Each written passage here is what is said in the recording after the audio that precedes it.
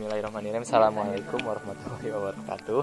Oke, para pendengar, bertemu lagi bersama saya tentunya Udin Sedunia yang kalian ketahui bagaimana aksi saya di YouTube. Ya, insya Allah mungkin pada hari ini saya kedatangan tamu istimewa yang sangat luar biasa sangat terkenal dimanapun dia berada. Insya Allah dia ini adalah seorang tutor berkenan cukup menghibur saya melihat mukanya karena memang begitulah nggak bodor. Insya Allah beliau adalah Kang Prabu Sinatria yang akan menyampaikan dan akan memperkenalkan dirinya masing-masing. Silakan Kang Prabu. Ya, terima kasih kepada saudara Asundawi ya, yang saya kenal dari perkenalan Facebook itu Asundawi gitu ya. Ya, salam kenal juga bagi para pelajo pendengar semuanya. Mudah-mudahan hari ini dalam keadaan sehat walafiat. Meskipun mungkin Anda akan menyesal setelah mendengarkan ini semua. Anda mungkin akan bilang tobat gitu ya, kaduhung cari dengekeun gitu.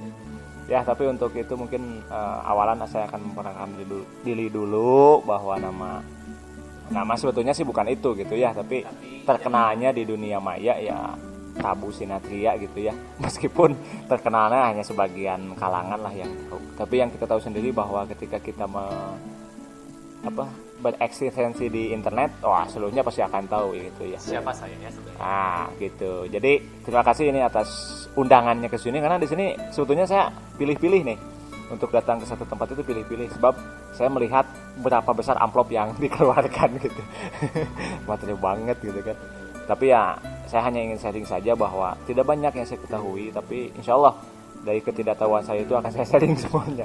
Jadi sebuah orang tidak akan tahu gitu kan. Ya mungkin itu saja, mungkin Kang Sundawi ya.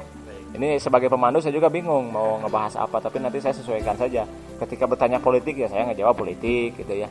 Ketika masalah tentang dunia artis ya saya jawab tentang dunia artis gitu ya. Jadi saya mah ya orangnya ngarah pelelek lah gitu. Ya saya kembalikan lagi. Oke, terima kasih kepada Kang Prabu yang telah memperkenalkan dirinya. Insya Allah pada hari ini kita akan bertemakan tentang bintang Olimpiade mencintai gadis biksu. Ini sungguh aneh ya, kisah ada seorang bintang Olimpiade, maksudnya ada seseorang yang memenangi lomba Olimpiade kemudian mencintai gadis biksu. Menurut Kang Prabu, Kang, apakah wajar seorang yang sebenarnya dia sangat bertitel tinggi gitu menjuarai Olimpiade kemudian mencintai seorang wanita yang biksu yang sebenarnya mungkin banyak sekali itu bukan tipe kebanyakan pria. Bagaimana Kang Prabu? Acik saya mah menurut saya gitu. Yang penting mah ulah hayam we. Ayo sama-sama karena manusia mah. Itu masalah gitu ya. Mungkin dari sisi kecintaan dia melihat bukan sosok bisunya, tapi yang dia lihat mungkin sisi ketika tidak bisa bicaranya mungkin ya. Bagi saya sih nggak masalah gitu ya, selama dia, kita juga kan nggak tahu bisunya di sisi apa, karena kan banyak kisah gitu ya. Banyak kisah dulu pernah ada seorang yang melamar, katanya gadisnya ini bisu, kemudian dia tidak bisa melihat, kemudian dia lumpuh gitu ya. Toh ternyata ketika diperlihatkan, subhanallah, bisu itu dia bisu dari membicarakan kejelekan gitu ya. Kemudian dia tidak pernah melihat hal-hal yang buruk, mendengar hal-hal yang buruk, ya bisa saja seperti itu.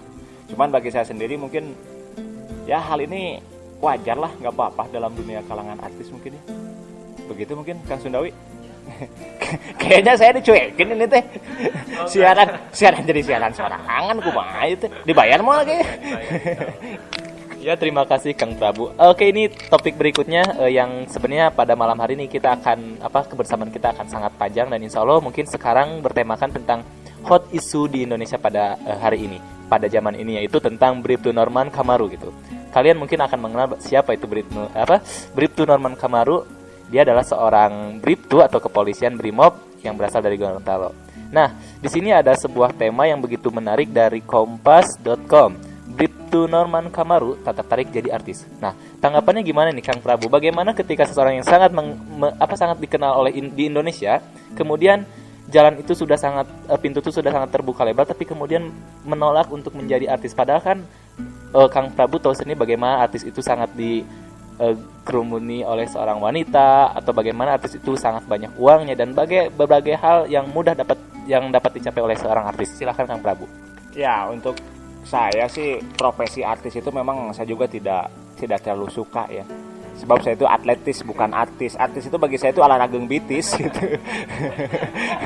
Jadi siapapun tidak akan mau ya artis olahraga bitis. Ya yang penting mah atletis lah. Nah ini masalah Bripto gitu ya, dia dari kepolisian Brimob Gorontalo gitu. Ini dahsyat juga ya, dalam hanya sekian ya YouTube ya sebagai media yang dahsyat lah untuk memperkenalkan seseorang. Ya mungkin ini juga sebagai usaha gitu ya. Mudah-mudahan ya kita tidak menginginkan ini booming, cuman kita tidak mendiskreditkan seseorang, kita hanya mencari hiburan lah. Nah kalau misalkan Bribtu Kamaru, Norman Kamaru ini dia tidak bisa menjadi artis, ya karena dia memang niatnya jadi kepolisian. Toh kalau misalkan dia suka musik, kayak saya kan gini, orangnya tinggi gitu kan, suka olahraga, wajah cakep juga nggak masalah kan, nggak jadi halangan lah gitu.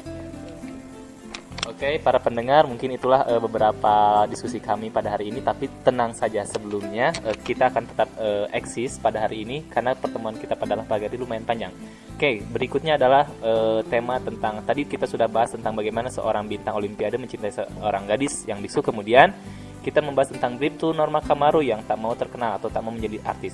Dan yang terakhir adalah, yang ingin saya bahas yang lumayan menarik adalah bagaimana sikap anggota DPR yang ada di Indonesia. Nah ini sangat menarik karena kenapa? Karena di Indonesia pada media massa pada hari ini begitu sangat menyoroti ada seorang anggota dewan yang kemudian membuka file dibilang porno di tengah rapat paripurna. Nah ini saya sangat tertarik ya membahas ini. Kenapa? Karena ini adalah sebuah amanah yang sudah rakyat berikan kepada beliau, tetapi amanah ini disia-siakan. Nah, bersama saya sekarang masih tetap ada Kang Prabu yang akan memberi tanggapan. Ini menarik sekali nih Kang Prabu, bagaimana nih Kang Prabu tentang berita anggota DPR kita ini yang harusnya paripurna, sekarang rapatnya katanya diganti tema menjadi rapat paripurna. Silahkan Kang Prabu. Aduh, ini bahasanya kalau misalnya terdengar sama orang-orang DPR kita bisa dicekal nih ya.